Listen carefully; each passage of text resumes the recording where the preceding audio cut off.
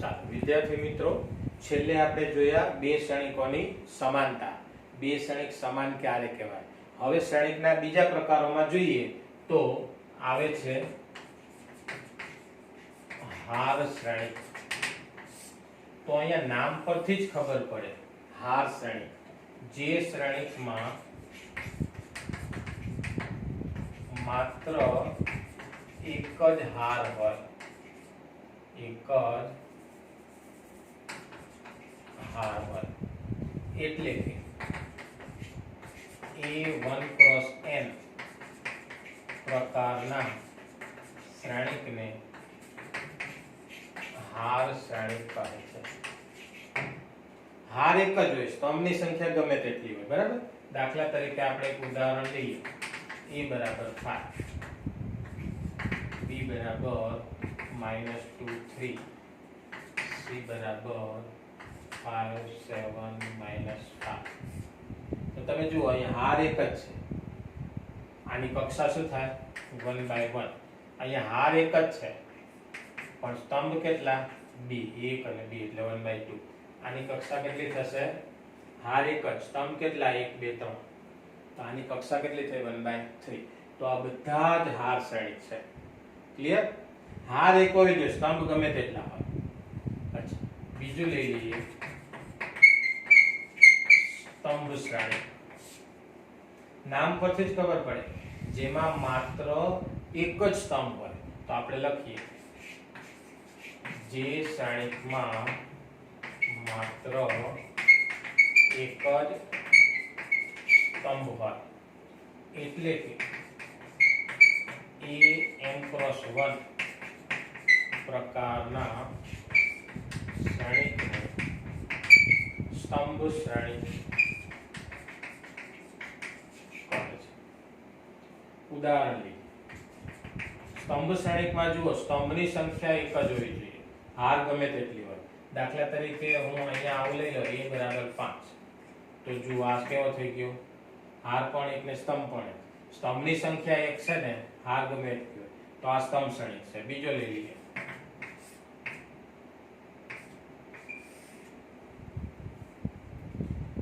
હાર 2 છે, સ્તંભ એક જ છે. સ્તંભ એટલે ઊભા, બરાબર. ત્રીજો લઈ લઈએ.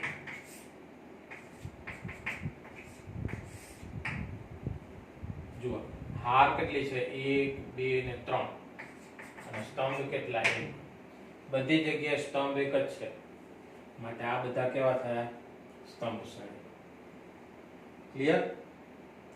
હવે આપણે જોઈએ છે શ્રેણિકના આગળ પ્રકાર.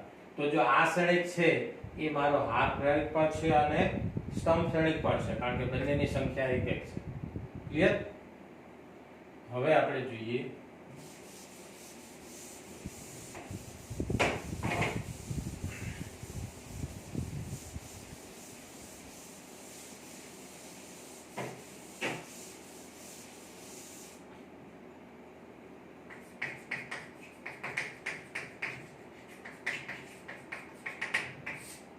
ચોરસ શ્રેણિક. તો નામ પરથી ક્લિયર થાય છે, જે શ્રેણિક ચોરસ હોય એટલે શું? જે શ્રેણિકમાં હાર અને સ્તંભની સંખ્યા સમાન હોય તેવા શ્રેણિકને ચોરસ શ્રેણિક કહે છે.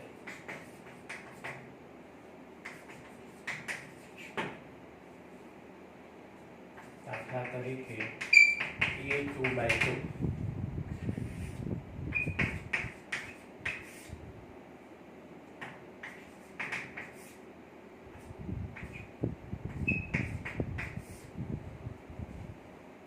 તો જો અહીંયા હારની સંખ્યા 2 અને સ્તંભની સંખ્યા 2. આ પણ કેવો છે? 2/2 સમાન. ધારો કે ત્રીજો લઈએ.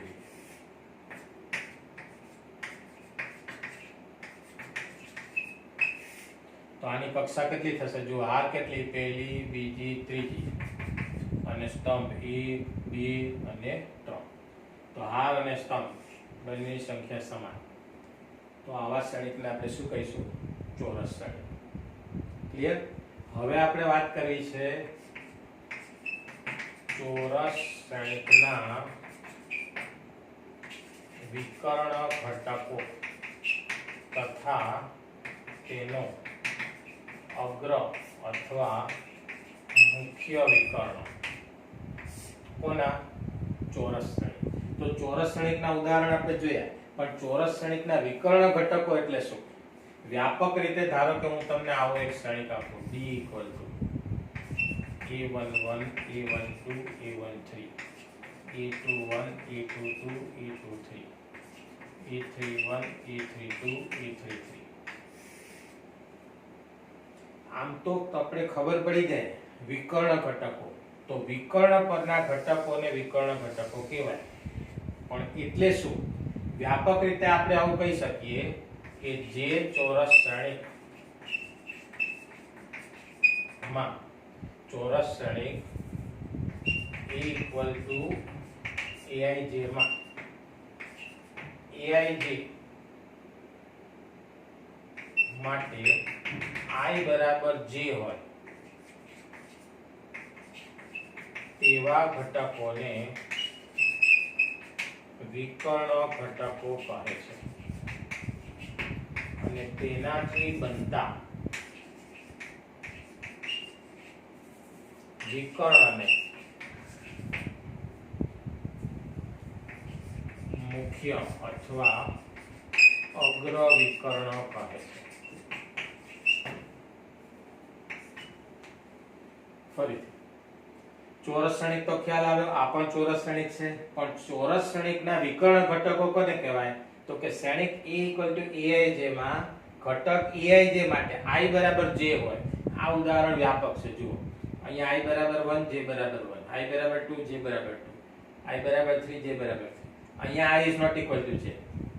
તો આવા જે ઘટકો છે એને વિકર્ણ ઘટકો કહીશું. અને વિકર્ણ ઘટકોથી બનતા વિકર્ણને મુખ્ય વિકર્ણ અથવા અગ્ર વિકર્ણ કહેવાય.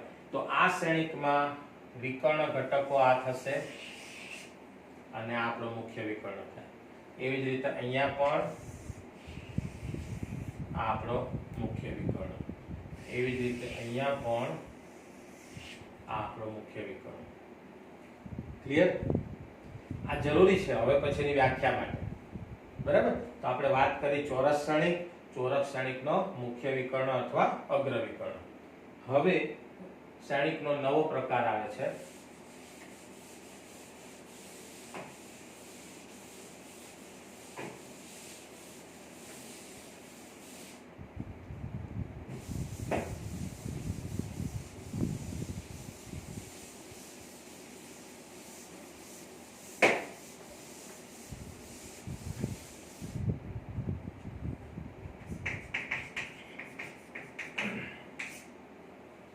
વિકર્ણ શ્રેણિક.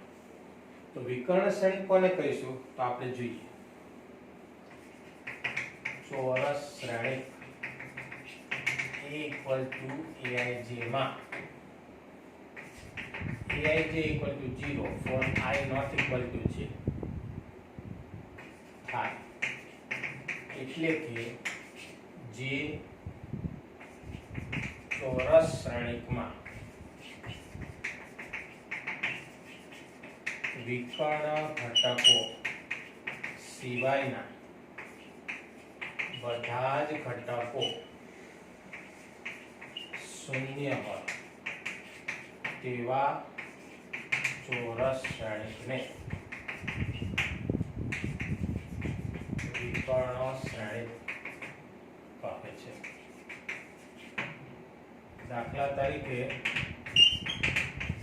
જો ચોરસ શ્રેણિક તો હોવો જ જોઈએ, પણ એવો હોવો જોઈએ કે જ્યાં I બરાબર J ન હોય એવા બધા ઘટકો 0 થવા જોઈએ. દાખલા તરીકે હું આ લઈ લઉં,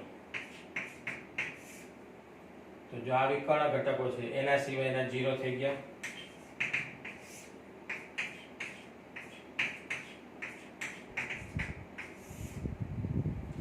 વિકર્ણ ઘટકો સિવાયના બધા જ ઘટકો 0 હોવા જોઈએ. તો A B. હવે મારે એક આવો શ્રેણિક લેવો છે, તો આને પણ વિકર્ણ શ્રેણિક કહેવાય, કારણ કે વિકર્ણ સિવાયના ઘટકો 0 જોઈએ. આ ઘટકો ભલે 0 હોય તોય વાંધો નહીં, બધા 0 હોય તો પણ ચાલે. દાખલા તરીકે હું આવો લઈ લઉં તો આ પણ વિકર્ણ ક્ષણિક છે. ચોરસ છે અને વિકર્ણ સિવાયના બધા ઘટકો 0 છે એટલે વિકર્ણ ક્ષણિક કહેવાય. આને આપણે સ્પેશિયલ નામ પણ આપીશું, પણ અત્યારે તો આ વિકર્ણ પણ છે. ક્લિયર? વિકર્ણ ક્ષણિક એટલે શું? અચ્છા, વિકર્ણ ક્ષણિકને ધારો કે ક્ષણિક એ વિકર્ણ છે, એને બીજી રીતે આ રીતે પણ લખાય, E = diagonal matrix 1 5. તો વિકર્ણ ક્ષણિકને આ રીતે પણ લખાય, આને લખાય diagonal matrix 0 1. ક્લિયર? આને આમ લખાય B = diagonal matrix 1 2 -5. diagonal elements જ લખવાના, વિકર્ણ ઘટકો જ લખવાના. તો આ રીતે પણ લખવાની બીજી રીત છે. તો વિકર્ણ ક્ષણિક એટલે શું, ખ્યાલ આવ્યો? હવે આપણે જોઈએ છે અદિશ ક્ષણિક. વિકર્ણ ક્ષણિકમાં ખાસ ધ્યાન રાખજો, વિકર્ણ ઘટકો 0 હોય તો વાંધો નહીં, પણ ચાલો એક ઉદાહરણ હજુ જોઈ લઈએ. ધારો કે હું આવું એક ઉદાહરણ લઉં છું.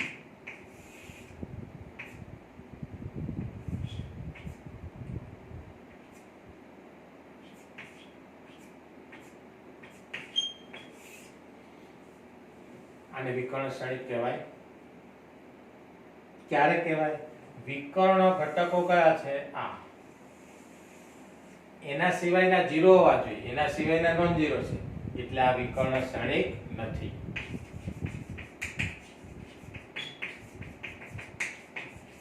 બરાબર? અચ્છા, હજી એક ઉદાહરણ લઈ લઈએ. ધારો કે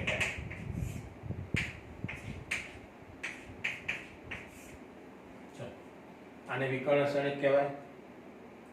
નહીં કહેવાય. કેમ? કારણ કે આ લંબચોરસ છે, જે ચોરસ નથી, તેથી વિકર્ણ ક્ષણિક.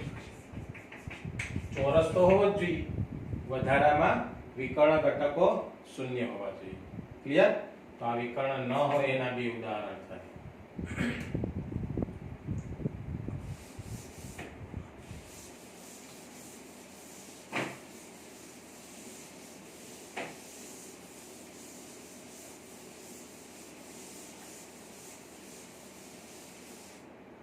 હવે આપણે લઈએ છીએ અદિશ ક્ષણિક. અદિશ ક્ષણિક માટે આપણે એવી વ્યાખ્યા આપી શકીએ કે જે વિકર્ણ ક્ષણિકમાં Aij = 0 for I not equal to J અને Aij = K for I equal to G, જ્યાં K belongs to R હોય તેવા વિકર્ણ ક્ષણિકને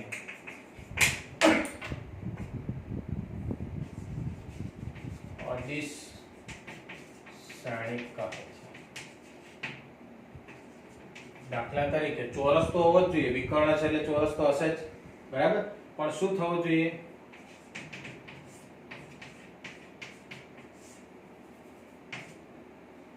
વિકર્ણ સિવાયના ઘટકો 0, વિકર્ણ ઘટકો અચળ રહેવા જોઈએ, કે કોઈ પણ વાસ્તવિક સંખ્યા હોય. તો આ અદિશ ક્ષણિક છે. ધારો કે બીજો લઈ લો.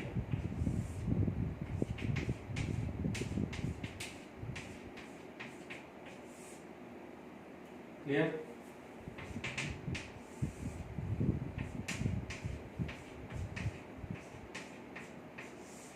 તો આ બધા જ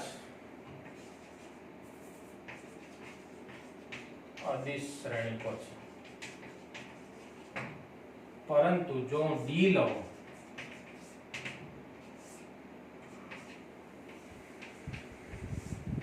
એ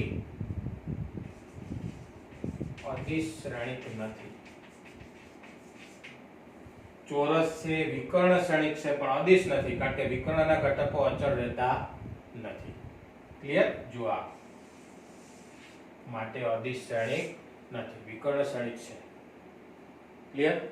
હવે આમાં જ આપણે એક બીજી વ્યાખ્યા જોઈ લઈએ, એકમ શ્રેણીક. જો અધિશ્રેણિકમાં k બરાબર 1 લઈ એટલે કે લખીએ આપણે એકમ શ્રેણિક કોને કહેવાય? જે વિકર્ણ શ્રેણિકમાં aij = 0 for I not equal to j અને aij = 1 for I equal to j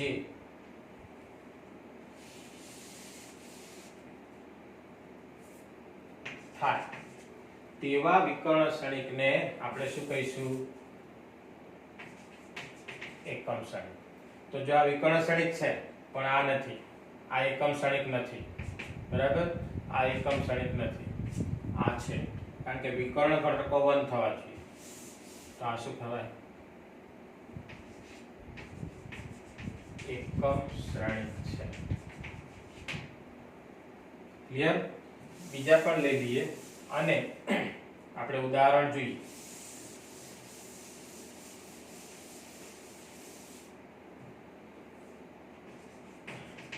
એકમ શ્રેણિકને in cross n અથવા in અથવા I વડે દર્શાવાય છે. દાખલા તરીકે I2/2 જોઈતા હોય, 3/3 જોઈતા હોય,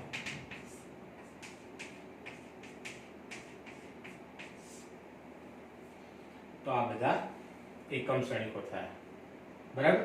પણ તમે જોશો કે આ એકમ શ્રેણિક છે અને અધિશ્રેણિક પણ કહેવાય, વિકર્ણ શ્રેણિક પણ કહેવાય. આ પણ વિકર્ણ શ્રેણિક હોય તો એકમ હોય એવું જરૂરી નથી. એકમ હોય તો વિકર્ણ હોય, એકમ હોય તો અદિશ પણ હોય, અદિશ હોય તો એકમ હોય એવું જરૂરી નથી. ક્લિયર? હવે આપણે જોઈએ છે એકમ શ્રેણિકની કક્ષા ફિક્સ હોય, બરાબર છે? અને એકમ શ્રેણિક હંમેશા ચોરસ જ હોય. n બરાબર ફિક્સ હોય તો ખાલી I લખીએ તો પણ ચાલે, પણ એ સ્પેશિયલ કેસમાં આપણે પછી જોઈશું. હજુ એક પ્રકાર જોઈ લઈએ.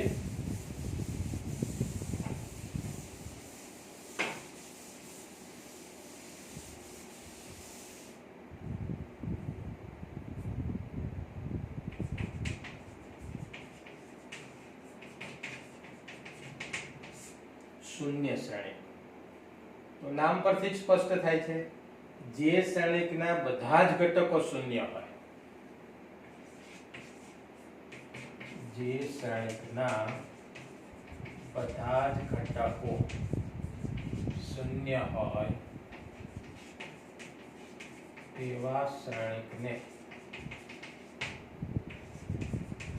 શૂન્ય શ્રેણિક કહે છે. સંકેતમાં OM cross n અથવા OM cross n અથવા શૂન્ય શ્રેણિક વડે દર્શાવાય છે. દાખલા તરીકે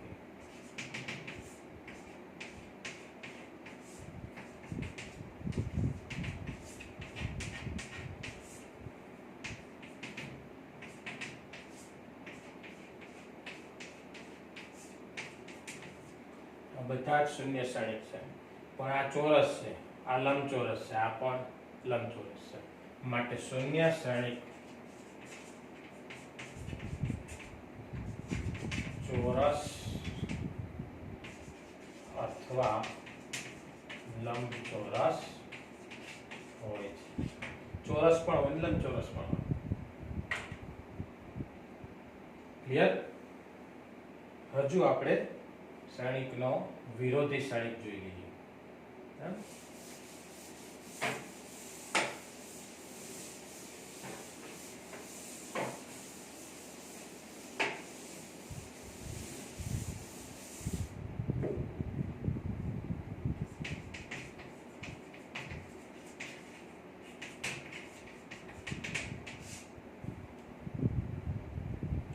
તો શ્રેણિક A=Aij m cross n ના વિરોધી શ્રેણિકને -a વડે દર્શાવાય છે. -a minus A equal to minus aij m cross n લખાય. બરાબર. દાખલા તરીકે સંખ્યાઓ જેવું જ છે. આપણે 5 નો વિરોધી શું લખતા હતા? -5. 7 નો વિરોધી -7.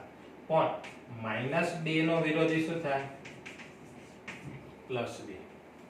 બરાબર. તો અહીંયા આપણે ધારો કે a લઈએ. a બરાબર 1 2 -3 5. તો a નો વિરોધી -a એટલે ઘટકોની નિશાની બદલાઈ જાય. પ્લસ હોય એ માઈનસ થઈ જાય, માઈનસ હોય એ પ્લસ થઈ જાય. ચોરસ હોય જેવી જરૂર નથી, લંબચોરસ પણ હોય. બરાબર. તો હવે આપણે કેટલાક શ્રેણિકો જોઈએ અને પછી જોઈએ કે એ શ્રેણિક કયા પ્રકારના છે. એટલે આપણે અત્યાર સુધી જેટલા શ્રેણિકો શીખ્યા એનું રિવિઝન પણ થઈ જાય. બરાબર. તો એક વસ્તુ જોઈ લઈએ. ટૂંકમાં શ્રેણિકનો વિરોધી શ્રેણિક જોતો હોય તો દરેક ઘટકની નિશાની બદલી નાખવાની.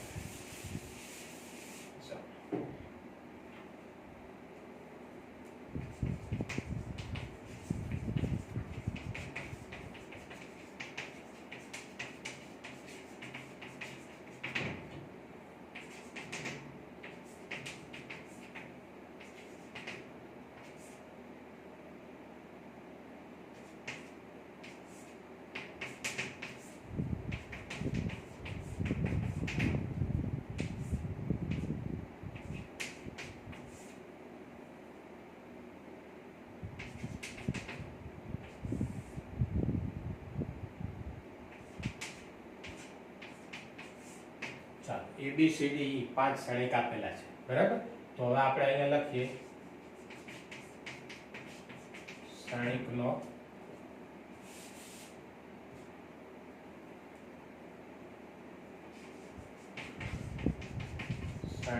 પ્રકાર. બરાબર. પછી અહીંયા આપણે શ્રેણિક A રાખીએ, શ્રેણિક B રાખીએ, શ્રેણિક C રાખીએ, શ્રેણિક D, શ્રેણિક E, શ્રેણિક F. હજી અહીંયા હું એક શ્રેણિક F આપી દઉં છું. બરાબર.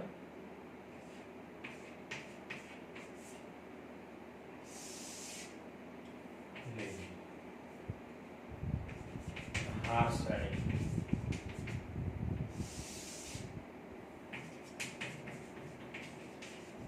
જો આપણે જેટલા પ્રકારો શીખ્યા ને એ જોઈ લઈએ. સ્તંભ શ્રેણિક, ચોરસ શ્રેણિક,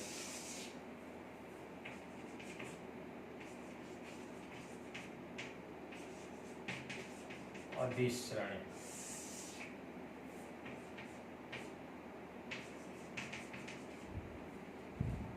પેલા આપણે વિકર્ણ લઈએ, વિકર્ણ શ્રેણિક, પછી અદિશ શ્રેણિક,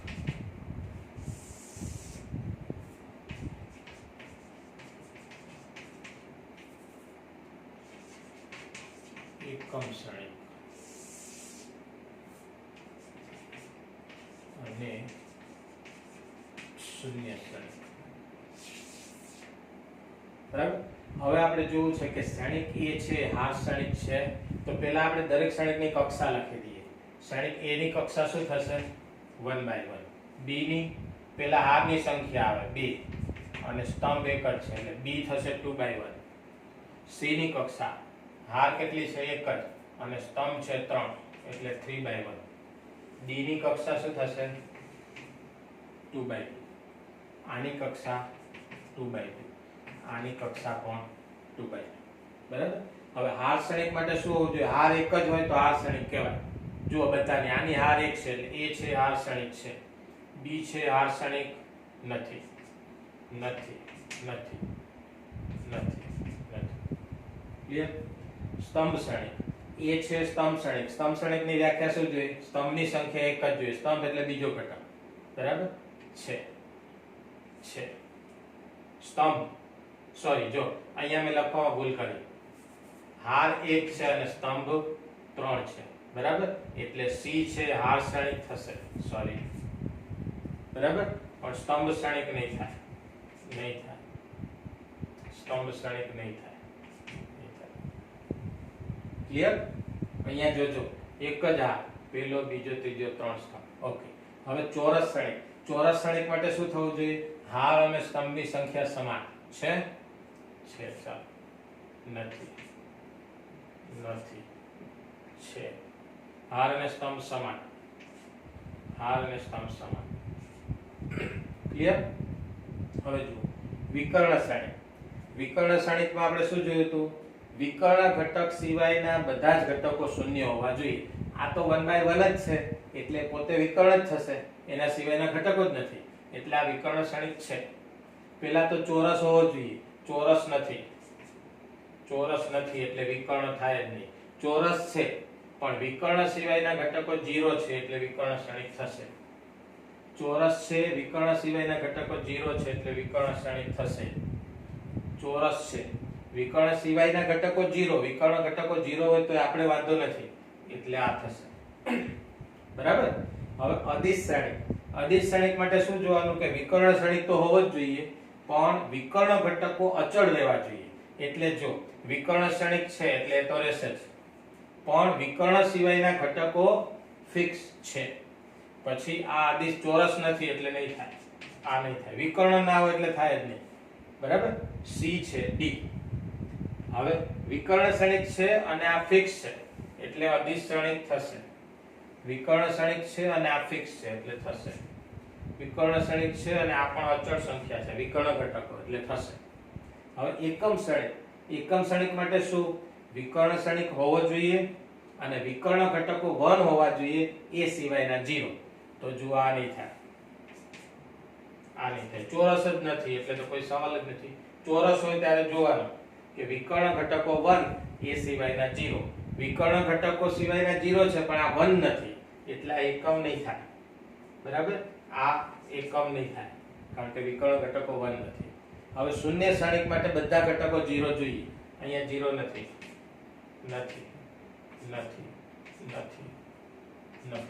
અને આ બધા ઘટકો છે.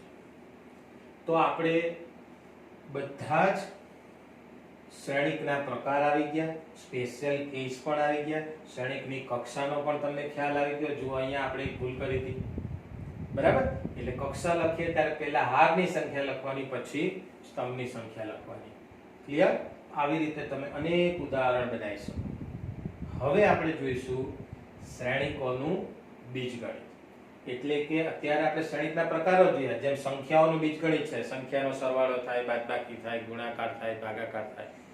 સંખ્યાઓના સરવાળા માટે ક્રમ જૂથ વિભાજનના નિયમો છે. એવી જ વાતો શ્રેણિકમાં પણ થઈ શકે. કેવી રીતે અને કેટલી એ આપણે નેક્સ્ટ સેશનમાં જોઈશું.